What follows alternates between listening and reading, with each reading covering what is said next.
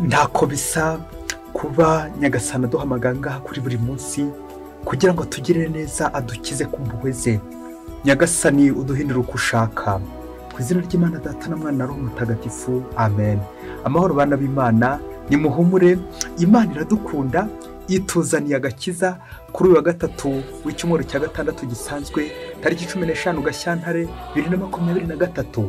Isomo rya mbere mu gitabo cy'intangiriro, umutwe wa 8 umurongo wa 6 kugeza ku 13, uwa 20 kugeza ku 22. Hashize iminsi 40 Nowa akingura idirishya n'ubwato yari yakoze, arekura igikona, kirasohoka kirakomeza kiragaruka, kirajagarara kugeza amazi akamye, ubutaka bukagaragara. Hanyuma Nowa arekura inuma kugira ngo arebe niba amazi yagabanutse ku isi, ariko inuma ntiyabona aho ikandagira, niko kumugarukaho mu bwato kuko amazi yarakiri ku isi hose. Nowa atega ikiganza arayisingira ayigarura mu bwato. Yirenze iminsi 7 arongera arekura inuma. Inuma ihindukira nimugoroba itwaye mu kanwa ishami ritoshye ry'umuzeti. Nuko Nowa amenya ko amazi yari yagabanutse ku isi. Arongera ategereza indi minsi 7 arekura inuma, ariko ntiyongera kumugarukaho. Mu mwaka wa 601 w'ubuzima bwa Nowa, mu kwezi kwa mbere ku munsi wako wa mbere amazi arakama, ubutaka buragaragara. Nowa yegura igisenge cy'ubwato, arebye asanga ubutaka bwumutse. Nowa yubakira Uhoraho urutambiro. Mu matungo yose atazira no mu nyoni zitazira arobanura izo guturamo bitambo bitwikwa kuri urwo rutambiro. Uhoraho ahumurirwa n'umwuka ugusha neza w'ibitambo. Nuko aribwira ati, sinzongera kuva mu butaka ukundi ku mpamvu y'umuntu. Nubwo kuva mu bwana bwe nta kindi umutima we urarikira uretse ikibi, sinzongera kwica ibifite ubugingo nk'uko nabigenje. Iminsi yose isi izamara, ibiba n'isarura, imbeho n'ubushyuhe, iki n'itumba, amanywa n'ijoro ntibizigera bivaho. Iryo ni ijambo ry'Imana. Zaburi ni 116. Mana yanjye, nzagutura igitambo cy'ishimwe. Ibyiza byose Uhoraho yangiriye, rwose nzabimwitura nte? Nzashyira ejuru inkongoro y'umukiro, kandi njye niyambaza izina ry'Uhoraho. Koko Uhoraho ababazwa n'urupfu rw'abayoboke be.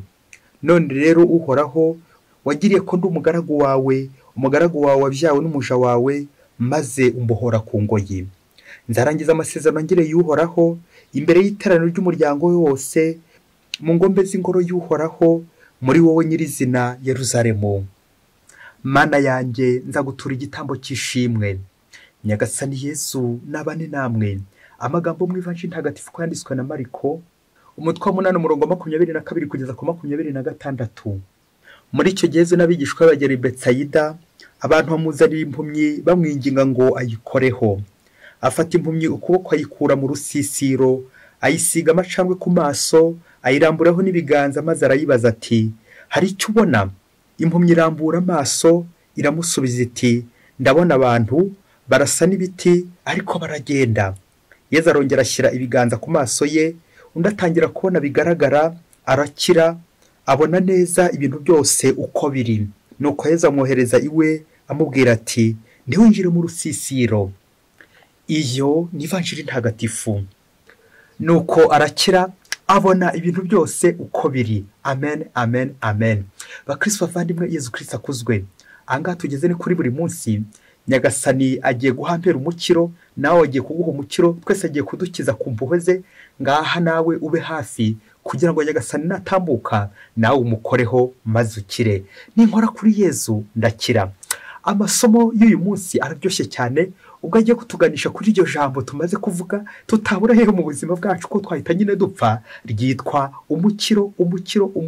Gukira, ariko gukira by'ukuri, gukira burundu. Gukira burundu ni ukubona ibintu byose uko biri, uko niko kuri nyirizina. Ubwo tujya kuzirikana ku ngingo nziza itabura mu buzima bw'umukristo, yitwa guhinduka by'ukuri, guhinduka nyabyo, guhinduka wese. Aha turaza kubonamo ibimenyetso bya Roho Mutagatifu, tuzirikana ko Roho Mutagatifu ari we uhindura koko, ni we uhindura imitima y'abantu, ni we uhindura abantu. Naho abantu twebwe, nubwo twasabira umuntu ngo ahinduke, nta bushobozi, nta basha dufite bwo guhindura umuntu, usibye Roho wa Nyagasani wenyine, ni we uhindura, kandi koko akageza umuntu aheza bigatuma abona ibintu byose neza uko biri. Tumurikira na Roho Mutagatifu ugiye kutuyobora, Roho utanga ubuzima. Ndagusaba mukristo muvandimwe, nanjye nibwira twese tuze kuva ahangaha hari icyo twahinduye mu buzima bwacu, duhinduke tugana inzira y'ubutungane. Nguho umukiro, nguko gukira nyabyo, guhinduka nyabyo. Iri jambo guhinduka nyabyo bitwigisha ko guhinduka koko ari ukugera ku butungane, la perfection, metanoia, guhindura icyerekezo. Nari ngiye ibumoso gukora nabi, noneho ngahindukira nkajya iburyo, ngatangira ngakora neza, gukora neza kugeza ku butungane. Reka tubanze tuzirikane igisobanuro cy'intwari. Bavuga ko intwari ngo atari yatangije urugamba, atari niyarwanya urugamba, ahubwo intwari ni isoza urugamba.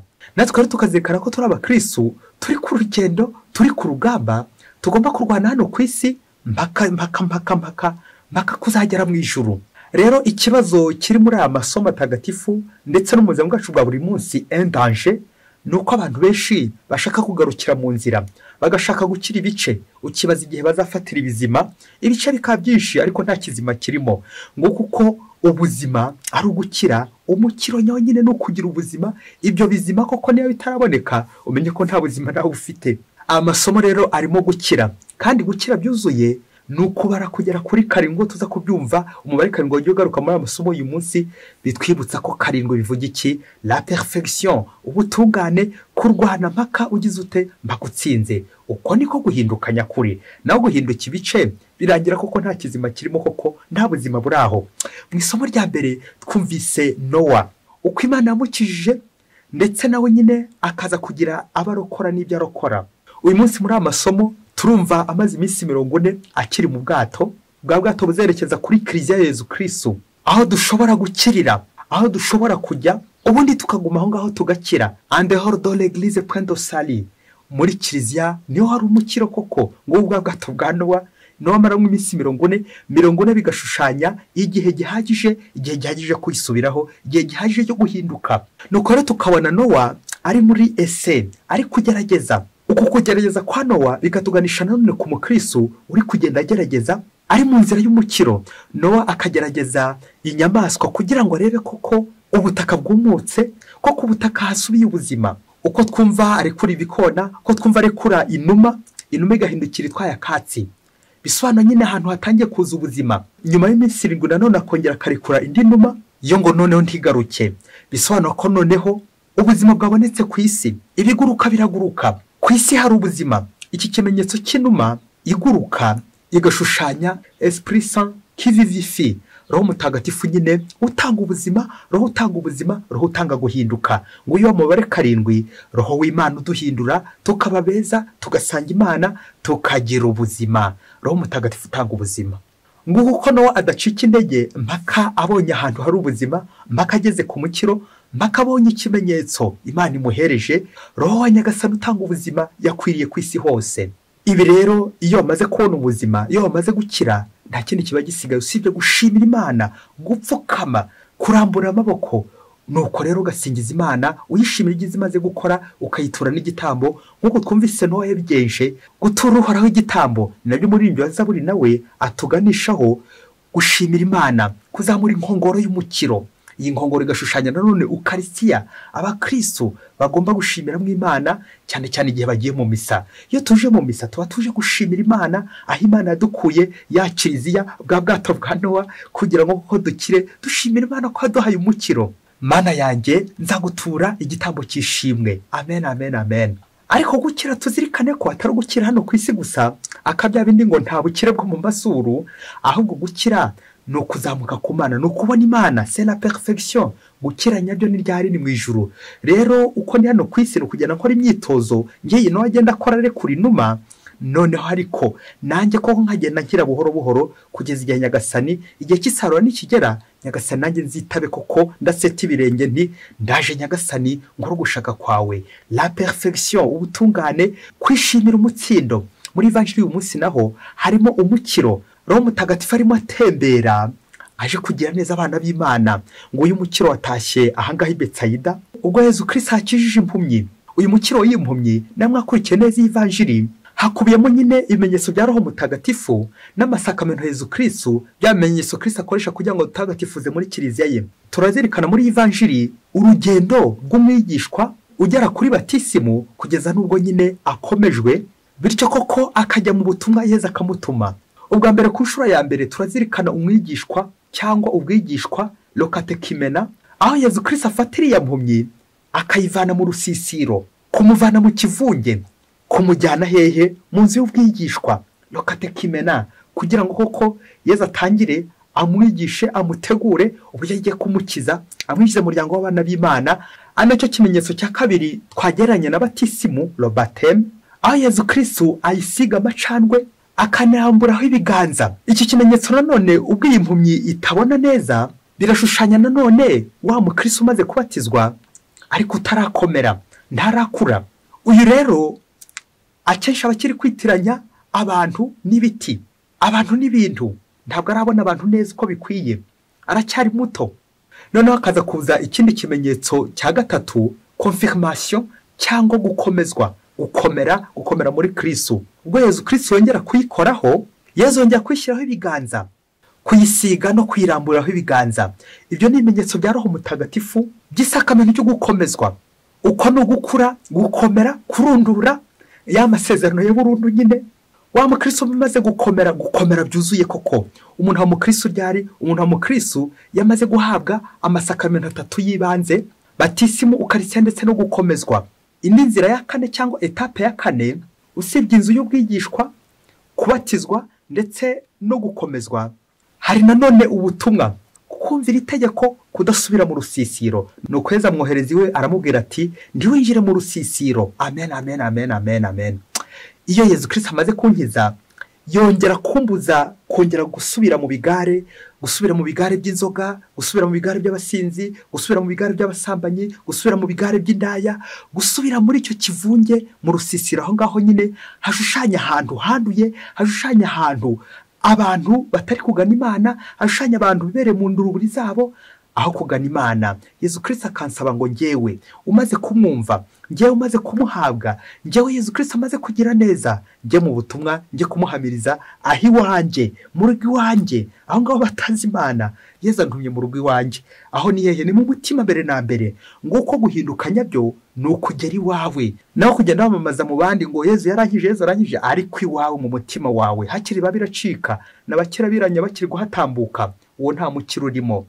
Uko no gukira kw'ibice, no gukira nta kizima nyine kirimo, aho nta buzima buhari. Roho mutagatifu yakugezeho. Ngo kuko abantu benshi ba Kristo bavandimwe, akenshi iri jambo Yezu akoresheje ry'uyu muntu wari utarakira neza, nuko yamubaza niba ari kubona, akavuga ati ndi kubona abantu basa n'ibiti. Aha bishushanya natwe igihe cyose tutari guhinduka neza uko bikwiye, ko abantu dukomeza kubitiranya n'ibintu n'ibyo biti, bikaza kurangira koko tubuze ubuntu bw'Imana. Abantu ntituri kubabona neza. Yumvikane iyo utari kubona mugenzi wawe neza, urya n'Imana ntabwo uri kuyibona. Umukiro nyawo ni ukubona umuvandimwe uri ku ruhande, ariko nkarangamira n'Imana, bikamfasha kubona Imana. Nguwo umukiro nyakuri, umukiro wuzuye, guhinduka nyabyo. Ikibazo abantu benshi dufite mu guhinduka, wowe nanjye turimo, nuko duhinduka ibice, nuko duhinduka byamunkize, nuko duhinduka by'akanya gato. Ejo nzaba mpinduka, ugasanga kenshi turi kugenda tubishyira ejo nibwo nzahinduka, ugenda ubyegezayo ngo ejo nzaba mpinduka, ejo nzaba mpinduka. Kaza kurangira koko roho w'Imana uri kugenda utembera, uwo atagukozeho ataragukiza. Akaya mazina y'Abanyarwanda bagira bati nzaba ndora, nzaba nubaka, nzokubwira, nzogerageza, n'ibindi byinshi cyane muri zanza inzagihe. Imana iramutse ije mu ndagihe, wowe uri gukoresha inzagihe, wabaho ute, wabigenza ute? Ibaze nanjye nibaze. Umunsi umwe hirya kure cyane muri Afurika, ngo umukozi wakoreraga shebuja, ngo shebuja yarakize cyane, noneho nyine birumvikana agahemba n'uwo mukozi nyine igihembo kimukwiye. Ubwo uwo mukozi yakoraga imirimo mu rugo, by'umwihariko agafura n'imyenda ya shebuja. Ngo ariko uwo mukozi koko akaba yari umukristo, yazindukiraga mu misa, ubundi yava mu misa akaza gutunganya imirimo yaho nyine mu rugo kwa shebuja. Nuko rero ubwo yazaga kumesa imyenda, ngo rimwe na rimwe akabonamo amafaranga shebuja ashobora kuba yibagiwe mu mufuka. Ubwo rero umukozi akayafata, yumva ko shebuja nyine atayibuka, kuko shebuja nyine yari afite ibintu byinshi cyane, amafaranga ibyaguye. nuko ku munsi wa mbere aza gufura imyenda, arebye mu mfuka w'ipataro abonamo amadolari 5. nuko wa mukozi aravuga ati umva rero amadolari 5 reka njye kuguramo inkoko nyishyira iwanjye ubundi biyororoka kuko ntawe nibye, ibi nibyo nitoreye. nuko ajya kugura ya nkoko muri ya madolari 5. ku munsi wakurikiyeho wa kabiri agiye gufura none ntiyarebye mu ipataro gusa ahubwo rero no mu ishati. nuko wamba agiye guhareba ahasanga hari amadolari 30 mu ishati ndetse no mu ipataro. nuko arayafata, nuko arangije kumesa arayafata koko ayajyaniwe ajya kuguramo agahene. nuko agejeje ya hene mu rugo asanga ya nkoko yari yaraguze yapfuye, ariko n'ubundi arakomeza ya hene ayisiga aho ngaho. nuko ngo ku munsi wa gatatu nabwo agiye gufura imyenda asanga noneho harimo amadolari menshi cyane. urumva noneho imyenda yose byasabaga ko nyine ayirebamo yose kamwe ku kandi, aza kuyibonamo yose amadolari 200. amaze gushyikira amadolari 200 nuko yigira inama yo kuzayagura inka. nuko amaze kugura inka ayigejeje mu rugo ari kuyorora asanga ya hene yapfuye. nuko wa mukozi koko abonye iyo hene yapfuye na nkoko yamaze gupfa yigira inama aravuga ati umva rero ubu ngubu ubwo ngiye kugura iyi nka ari amafaranga sinzongera kuyakoraho, ndi kubona nta mugisha afite, cyo bikora icyaba Imana y'inka yo ikororoka ubundi sinazongera gusubira gufata bene ari amafaranga, nta mugisha urimo sinzongera kuyakoraho, nzajya nyafata ubundi nyashyire databuja kuko mbona nta mugisha urimo. nuko ya nka abarayiguze ariko avuga ko nyine atazongera gusubira birangiye. nuko ku nshuro ya 4 agiye gufura imyenda noneho asanga shebuja yamuzanye n'agakapu ngo agafure, agakapu kari karimo amadolari 1000. nuko hamugaragara avuga ati umva databuja ntandakarire, amadolari none ngiye kwihangana nyafate bwa nyuma nta nyuma ubundi sinzongera na rimwe rwose kubisubira. ubutaha none nzajya mushyira agakapu kose karimo amadolari maze kugafura ubundi nyamusubize. nuko wa mukozi afata amadolari 1000. nuko yigira inama ko agiye gutangira kubakamo.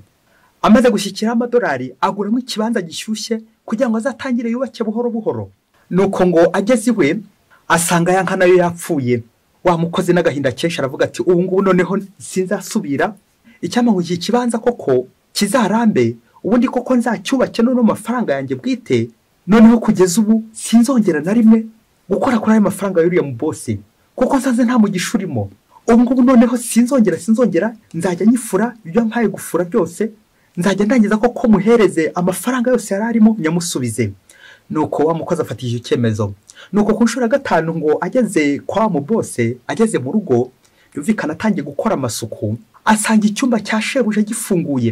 ngo icyo cyumba cyari kirimo amadolari naringiye kuvuga atabarika.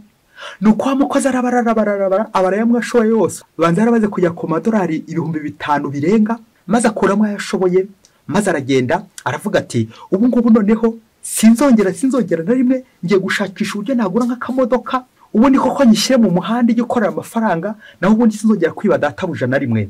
birumvikana nk'uko formule igenda ibigaragaza. ageze mu rugo asanga cya kibanza bakimwibye kubera ko yari yibeshye nyine ntikimwandikeho, asanga ari abatekamutwe yakiguriye. ubwo abaragihombye gutyo. ubwo rero urashaka ngo nkomeze nkubwire uburyo ya modoka nyine yaje kugera mu muhanda, uragira nkubwire n'uburyo yaje gukora impanuka, uragira nkubwire ko na n'ubu atigeze ayicaramo, nta n'urufaranga rw'inyungu na rumwe yigeze ayikuraho. ibyo sinshaka kubikubwira, ahubwo ndifuza gukubwira uburyo shebuja yaje kugira gutya aramutumira umunsi umwe aramubwira ati ngwino nkubwire. maze aragenda aricara, ahageze shebuja aramubwira ati ya mafaranga yose yandi yarari mu myenda, yandi yarari mu gakapu, yandi yarari mu cyumba, kwayo mafaranga utayashyikije kwa nyirayo, ko yarariho ikimenyetso cya ba nyirayo, buri rufaranga rwose rwariho ikimenyetso cya nyirarwo, kuko utayashyikije amafaranga ko atashyitse kwa ba nyirayo. bakristo bavandimwe, Yezu Kristo akuzwe. uri uyu mukozi iki kibazo uzagisubiza ute? ukurikije uburyo amafaranga yose wagiye uyatwara ukayatwara mu nyungu zawe muri business zawe, bikaza kurangira nawe nta na rumwe ubonyeho. inkoko, ihene, inka, ikibanza ndetse n'imodoka n'ibindi byinshi cyane wateganyaga kubaka cyangwa gukora. ngaho nawe tekereza uri uyu mukozi babajije iki kibazo ko amafaranga atashyitse kwa ba nyirayo kandi ko yarariho ikimenyetso n'amazina ya ba nyirayo. bakristo bavandimwe, ni kangahe tujya mu nzu z'abandi tugasahuramo ibyo dushoboye byose tukagira ngo ntawatubonye cyangwa tukagira ngo ntawubizi. wazasanga n'amafaranga ari ikimenyetso cya ba nyirayo. aba banyirayo ni bande? Nk'uko abantu benshi tutajya dushyitsa ubutumwa igihe baduhaye ubutumwa ngo tubujyane aho tugomba kubujyana. Uyu mugaragu na shebuja twakuramo amasomo menshi cyane, ariko reka tuvomemo ane y'ingenzi, bityo koko natwe tumurikirwe na Roho Mutagatifu adufashe guhinduka buri munsi. Icya mbere, ese wakeka ari iyihe mpamvu yatumaga uyu mukozi ibyo yibye bigenda bishira nk'umuyonga? Aha, bamwe bati nuko nyine nta mugisha wari urimo, nuko byari byibano. Igisubizo cyane nuko ngo uyu mukozi yabyibaga, yarangiza kubyiba nyine akabisiga aho ngaho, ntihagire ubikurikira, pado suivi, ntihagire ukomeza kubyitaho nyine. Kubera iki? Kwa kwiba ni kwiruka cyane, ati bataza kumfata bikaza kurangira koko unabitaye. Ngibyo byibano nk'abakristo mwe, ibyibano abakristo bavandimwe. Ikindi twakwigira kuri uyu mukozi no kugenda 10 iminsi ati ejo nibwo nzahinduka. Urumva abonye amadolari 5, aguze mu inkoko, abonye ipfuye. Icyo ntabwo abonye ko ari ikimenyetso Nyagasana mwaye kugira ngo ibyo bintu by'abandi byihorere, kuko nyine nta mugisha urimo. Ejo nzaba mpinduka, ejo nzaba nisubiraho, ejo. Aha, ejo rero ntuzamenye igikurikiyeho. Kwisubiraho ni none. Nyuma yo kubona ikimenyetso wagombye guhita wisubiraho ibi byavuba. Ibintu byanzaba mpinduka birangira koko nibyo twasaruje byose tubihombye. Tekereza nawe umaze imyaka 7 ukorera umuntu, ariko ntuzagire na kamwe kubukire ubonamo. Ntuzigere ukira kubera iki? Wagiye usaruza byinshi nka yasuri, ariko nta na kimwe wasohoje. Ngo kwiba badatabuja, kwiba Imana, gusahura Imana, gusahura muri kiliziya, gusahura mu bwato bwa Nowa, gusahura muri kiliziya Yezu Kristo. Ntacyo bizakumarira, nta migisha uzaronkamo, ahubwo n'umuvumo. Icya gatatu twazirikana ni ukudashyitsa ibintu kwa nyirabyo. Nyagasani yaduhaye abo tugomba kugaburira. Nyagasani yaduhaye abakene tugomba kwitaho. Wasanga ari amafaranga yaragenewe abakene, wasanga ari amafaranga ko yarayeho kashe y'abanyirayo, ariho amazina y'abanyirayo, wasanga aragenewe umwana w'imfubyi, wasanga ari amafaranga yaragenewe umupfakazi, umukene, ubabaye, umurwayi, indushyi. Bikaza kurangira uri kuyaterura, uri kuyashora mu bintu, ugura ibintu, bikaza kurangira byose nyine baye umuyonga. Ngibyo ibya yampumyi, ikiri kubona ibintu aho kubona abantu. Ibyo biragusaba iki mu Kristo muvandimwe? Ko nawe wajya kunzereza agakuramburaho ibiganza maze ugakira burundu, bityo nawe ukajya ubonamo abantu nk'abantu aho kubonamo ibintu. Bikakuzanira iki? Ubuntu bw'Imana, umugisha w'Imana. Kubona umuntu nkamubonamo umuntu aho kumubonamo ikintu. Aha, nguko kubona nyine, kubona neza. Ikindi cyanyuma twazirikana kuri umugaragu ndetse na shebuja ni ukubanza gusezerera icyaha. Abantu benshi cyane tujya tubanza gushaka inyongezo. Reka mbanze njye gusezera ku cyaha, reka mbanze nongere nkora iki ngiki, reka mbanze nongere nibe, ejo sinzasubira, ngiye kwiba none ariko ejo sinzasubira. Aha, gusezera ku cyaha Kristo bavandimwe birangira koko tukiguyemo, bikaza kurangira databuja ari gutubaza ati ibintu naguhaye kutabishyikije, ya mafaranga abandi kutayashyikije, bigeze hehe? Iyo umukristo atari kuva ku cyaha, nirinze kuvuga nka yambwa nyine yongera gusubira ku mayezi. Iyo umukristo atari kureka icyaha, ni nkambwe idashaka kureka amayezi. Kandi koko shebuja adahema kwigaburira inyama ziryoshye, nguko gusubira mu rusisiro no gusubira mu cyaha, gusubira icyaha. Kandi ko Yezu Kristo amujije ngo sinsubire. Mu Kristo muvandimwe, wasanga nawe hari agasezero uri gushaka kujya gutanga, wasanga nawe uri gushaka kuvuga ati reka nsezere ku cyaha. Ushaka kujya gusezera ku cyaha aho kugisezera cyo kikagusezera, bikaza kurangira kigusezereye. Nego rupfu nyine, urupfu rwa burundu, kandi narwo rubaho. Mu Kristo muvandimwe rero, uyu munsi wowe nanjye turasa guhinduka nyabyo koko, tukareka Roho w'Imana akatuyobora, maze natwe tukagendera mu nzira nziza z'Imana uko Yezu Kristo ashaka buri munsi. Mwese Imana ibaho umugisha. Imana Data na Mwana na Roho Mutagatifu. Amen. Padiri Musumbuko Ladislas wa Diyosezi ya Cyangugu.